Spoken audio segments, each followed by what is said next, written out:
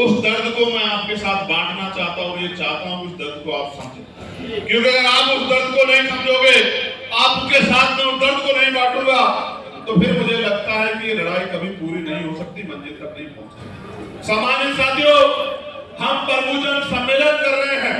प्रभुजन सम्मेलन अस्तित्व बचाओ भाईचारा बनाओ। पहली बात, प्रभुजन सम्मेलन ही क्यों? बाबा साहब अम्बेडकर ने कहा था, जिस समाज में 10 डॉक्टर, 10 इंजीनियर, 10 वकील पैदा हो जाएंगे, वो समाज उसकी तरक्की को कभी रोका नहीं जा सकता, उसके अधिकारों को कभी छीना नहीं जा सकता।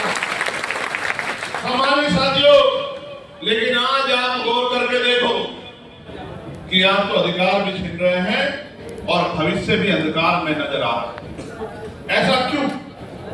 ऐसा इसलिए कि जिस समाज का पढ़ा लिखा वर्ग उस समाज का संरक्षण नहीं करता, उस समाज की नीति नहीं बनाता, उस समाज को रास्ता नहीं दिखाता, उस समाज की लड़ाई को नहीं लड़ता, उस समाज का हाथ नहीं पकड़ता, वो समाज कभी तरक्की नहीं कर सकता है। क्योंकि भारत एडी चोटी का जोर लगा रहे हैं कि भारत में कभी समतामूलक समाज ना बने। अगर ऐसा होता कि इसको रोकने का प्रयास ना किया जा रहा होता, तो मैं आपको गारंटी देकर कहता हूं कि फिर अकेला चंद्रशेखर आजाद समाज पार्टी के ये पहरेदार भी काफी थे इस लड़ाई को लड़ने के लिए। लेकिन आज तो मेरे भाइयों, मेरी मां, मेरे बच्चों, मेरे समाज बुजुर्गों, आज तो एडी चोटी का जोर लगा के इस समतामूलक समाज को, इस मानवतावादी समाज को बनाने वाले काम को पीछे खींचने के लिए तमाम संगठन, तमाम दल एडी चोटी का जोर लगा रहे। अगर ऐसा ना होता तो आजादी के 75 साल बाद भी लाखों लोग यहाँ सोते नहीं सोते, लाखों लोग बिना छत के नहीं सोते।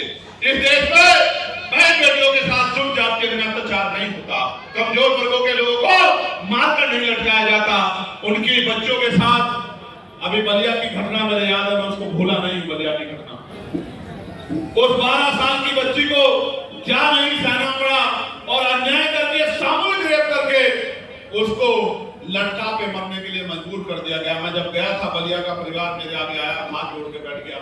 मैंने तत्काल वहां के एसपी को फोन किया।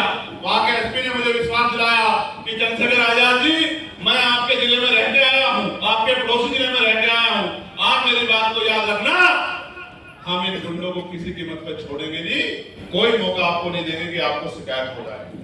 प्यारे साथियों, ये बात मैं आपसे इसलिए कह रहा हूँ कि प्रभुजन सम्मेलन ही क्यों? क्योंकि आपने देखा होगा, अब से पहले तो बहुत सारी पार्टियां प्रभुजन सम्मेलन करती थी, लेकिन उस सम्मेलन में